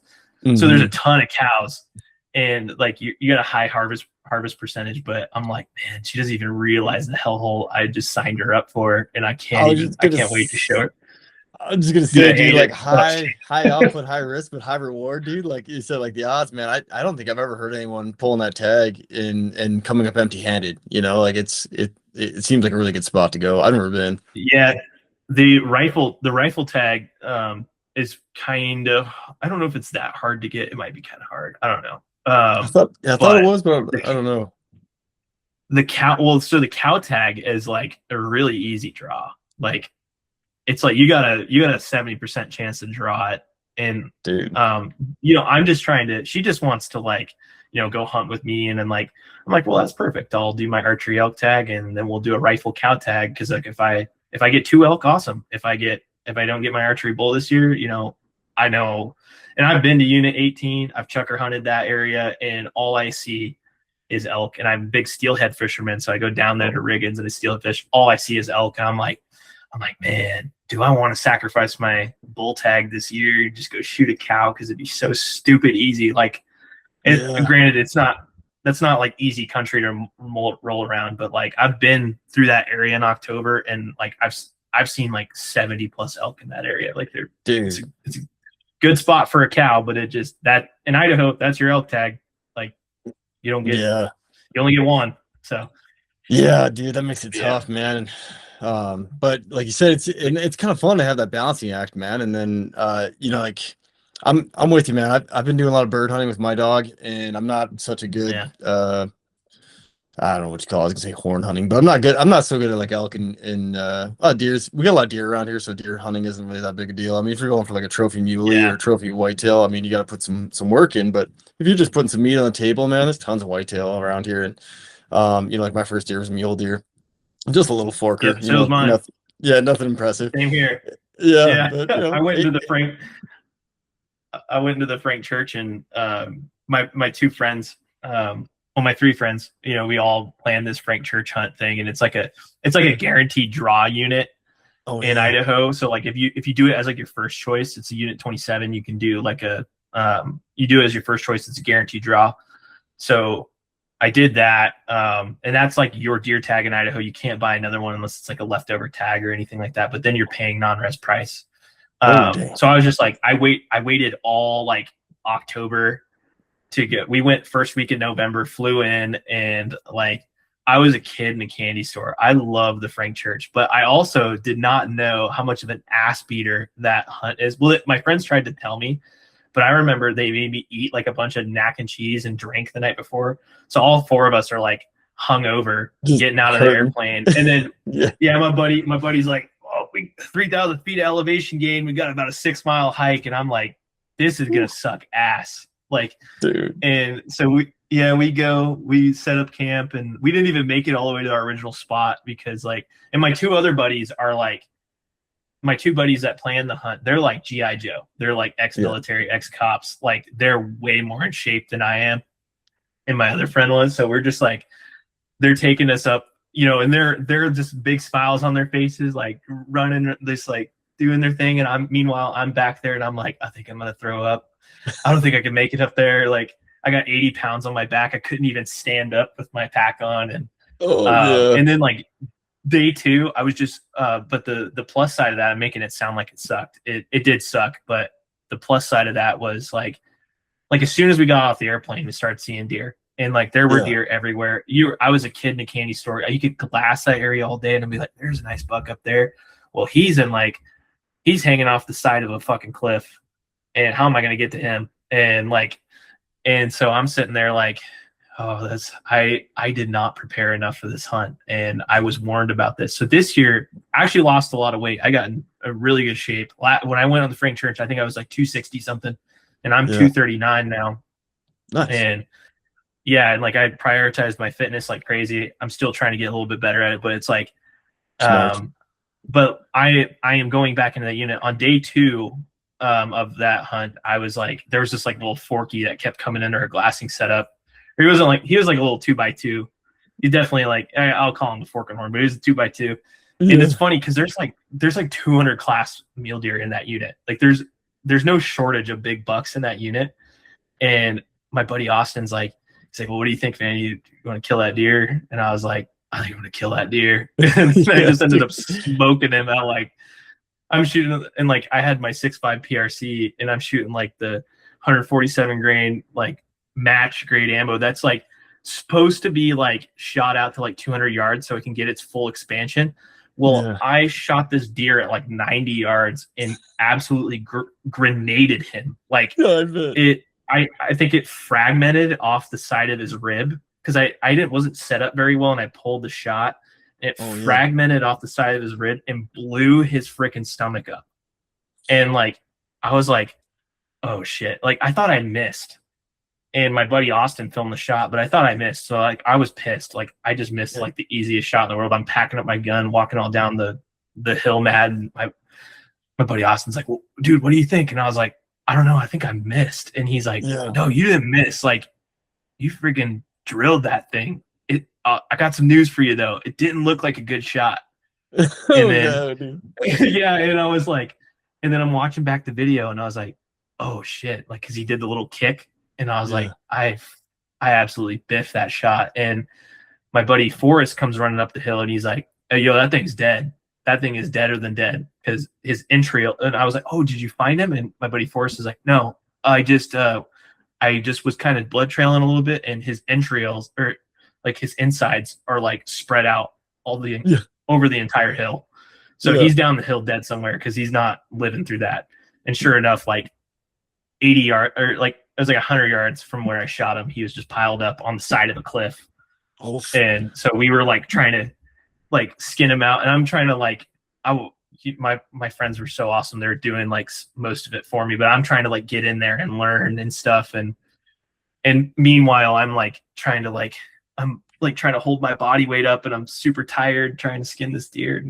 Dude, I'll never forget that experience. I shot my first deer in the Frank Church, and that's like, I want to go there every year now. I love that area. What a spot. Yeah, Frank Church is amazing, dude. What a magical spot, dude. And like you said, I mean, every good hunting story, most of it's awful. That's why you remember it.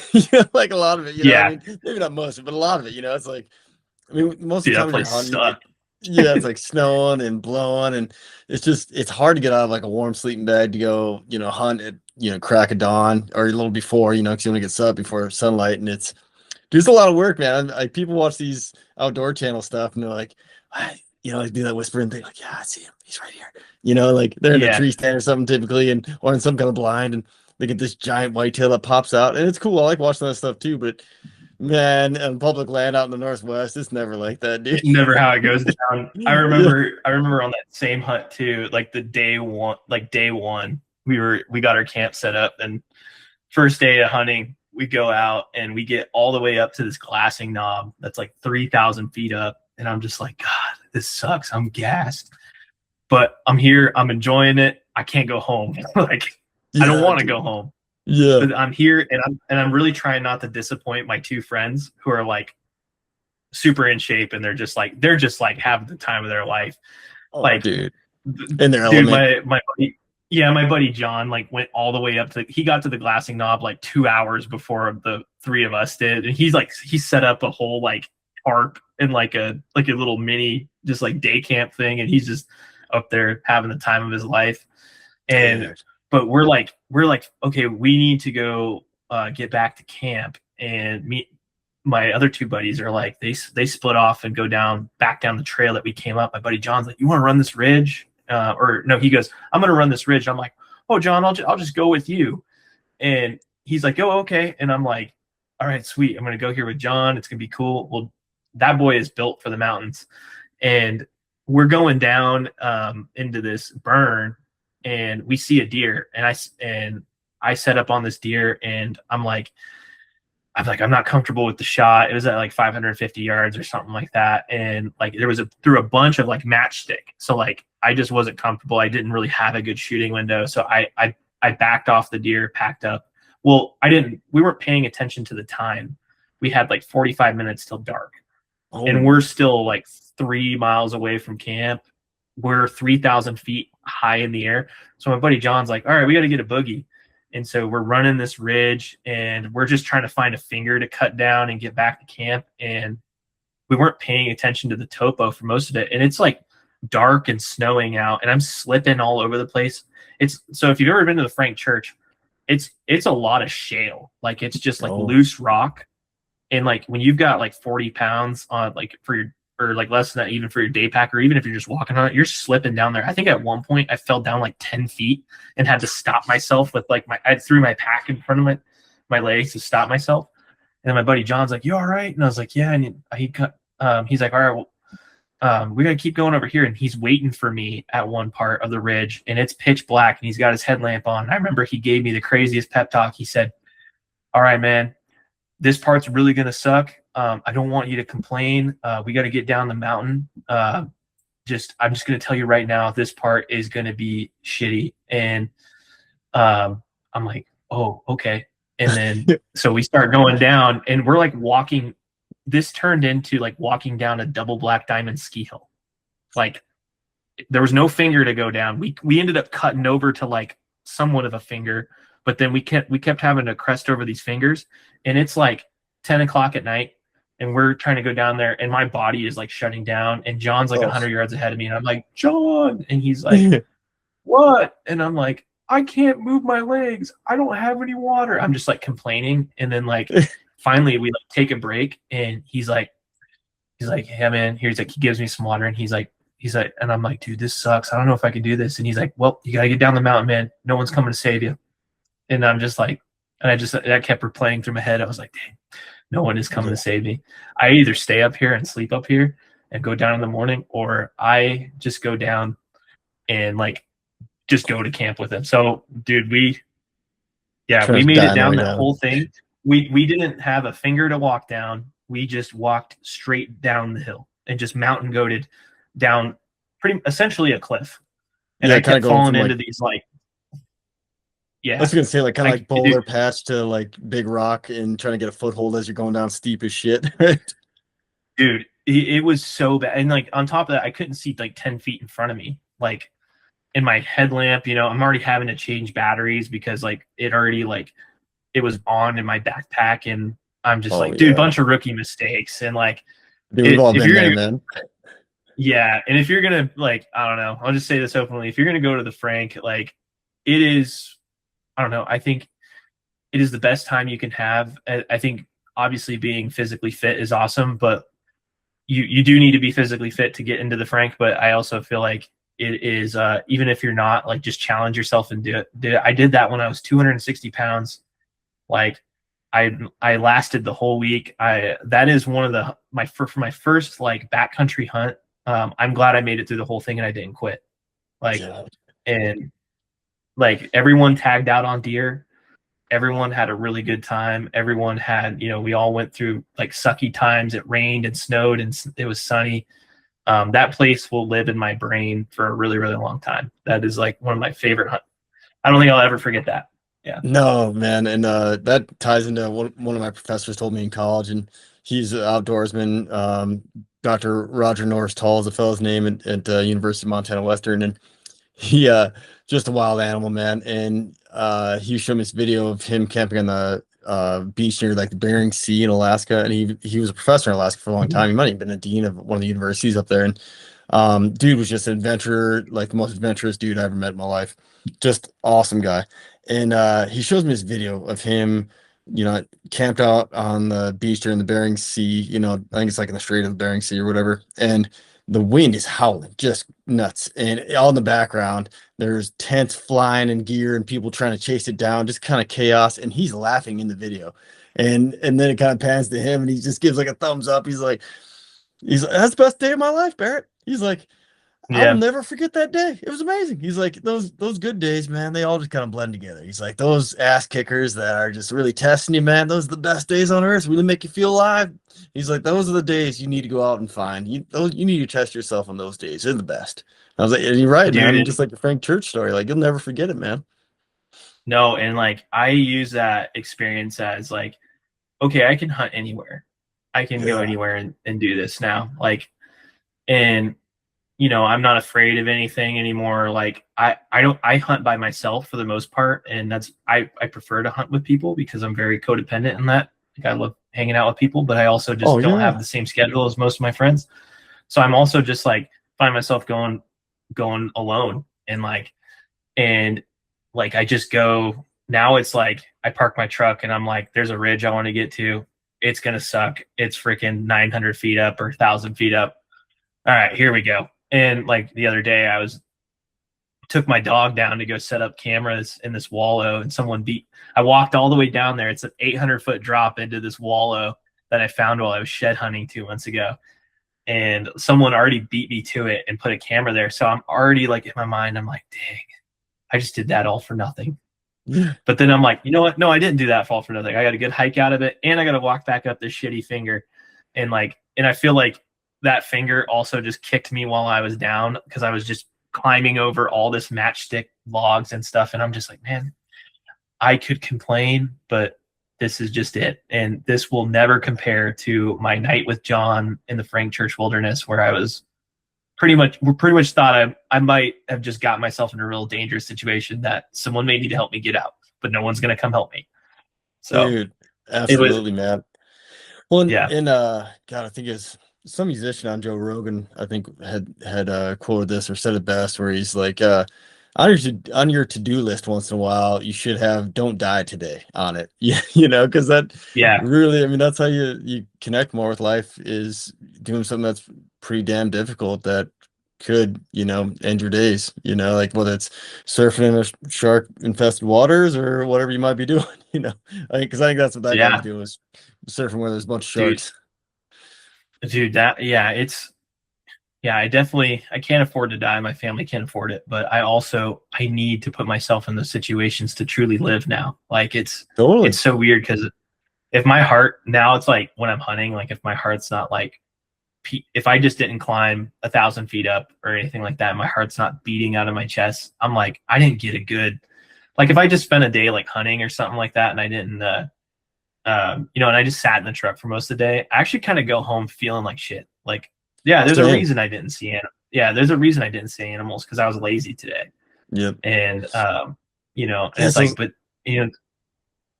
it's so funny, right? Because you're like, I don't want to, your brain is trying to talk you out of walking, right? Your brain is like, well, what if you go 3 mile, or what if you go 7 miles up here, 3 miles up here, and you don't see anything, and it's like I'm in yeah. and then like the instant gratification part of my brain's like, oh yeah, that would suck. But it's also Mhm. like, no, you know what? I'm just gonna do it. And if I don't see anything, I get a cool hike out of it, and it was good for my body, and I Mhm. feel better. Like obviously, when we exercise, it releases all the All the dopamine and endorphins. endorphins. Yeah. Yep. Yeah, and so Yeah, like so I feel, it's little yeah, I feel wins, good. little victories. Yeah, man.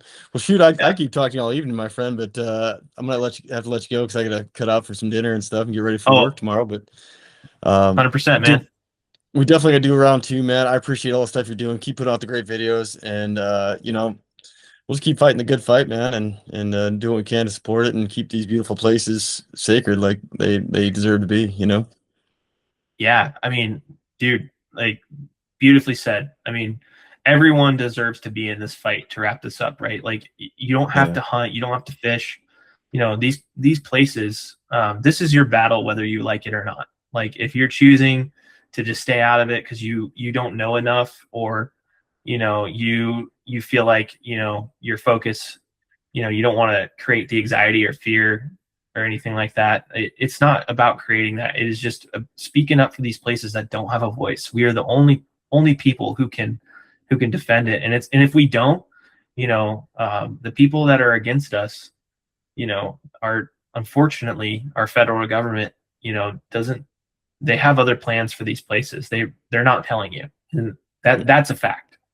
Like they unfortunately, they don't they aren't going to steward these places that need the stewarding from us, the people that Yeah. care about it. So I'd say what you just said is beautifully said, and then if you don't think, if you are just someone that just hikes or goes camping once a year, it doesn't matter. You're still in this fight. Like, you got to help us out. And to just kind of wrap things up on that too, like the big fight for this Bonner data center is huge, and it means a lot. Like, and even if you don't live in Montana, like these people need help. They do, and Yeah. that's my goal. Like, Yeah, yeah, totally, man. And I think yeah, it's a great fight to fight, man. Keep public lands in public hands. And like you said, even if you don't recreate at all, I mean, it's still, hmm pollution to, noise pollution, light pollution, and you could, harm the water sources around the area. I mean, we're trying to preserve more than just the fish, So yeah. this could impact us on several levels. These places mean too much to us to gamble. All that. Sure, we don't. You're not a fortune teller. I can, like I told you earlier, like I know what simple science says, but I also, I don't know how this is going to pan out. But I'm also, I wouldn't gamble that for anything. Like, I love these places too much, and I think there are more important things that um, need to be on these rivers other than a data center that only benefits one party. Yeah, well said, my friend.